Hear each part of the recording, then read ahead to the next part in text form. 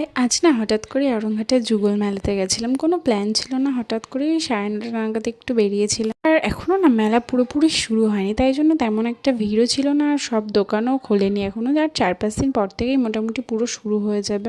সেই কারণে তেমন একটা ভিড়ও ছিল না, আর লোকজনও তেমন একটা ছিল না। আর তার উপর আমরা যেহেতু একটু রাত করে গেছিলাম, আরও অনেকটাই বেশি ফাঁকা ছিল। আমরা যেহেতু অনেকটা রাত করেই গেছিলাম, তাই মন্দিরের দরজাটাও বন্ধ ছিল, তাই ঠাকুর প্রণামও করতে পারিনি। আর এই সাইডের দোকানগুলো তো এখনও খোলেইনি দেখলাম, আর 4-5 দিন পর মোটামুটি পুরো ভালোভাবে খুলে যাবে। টয়েসের দোকানটায় গেছিলাম, পুচকু ছিল আমাদের সাথে, তাই ওকে কিছু খেলনা কিনে দেওয়ার জন্য। আর ও তো এখনও খুবই ছোট, ও তো বলতেই পারে না কি কিনবে। আর এই ফোনগুলো একটা কিনেছিলাম ওর জন্য। আর এখান থেকে না আমি একটা মিনি ফ্যান কিনেছিলাম, তো সেটা একটু দেখছিলাম ভালো হাওয়া হচ্ছিল কিনা।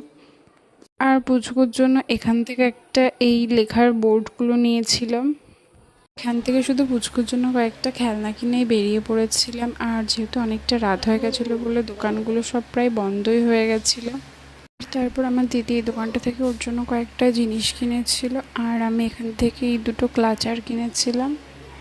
দেন আমরা ঘুগনি খেয়েছিলাম। তারপর আমি একটু পুচকুকে নিয়েছিলাম, বলছিলাম ক্যামেরার দিকে তাকাতে, ও তো খুবই ছোট, ও তো বুঝতেই পারছিল না। আমাকে উপরে কি একটা দেখাচ্ছিল।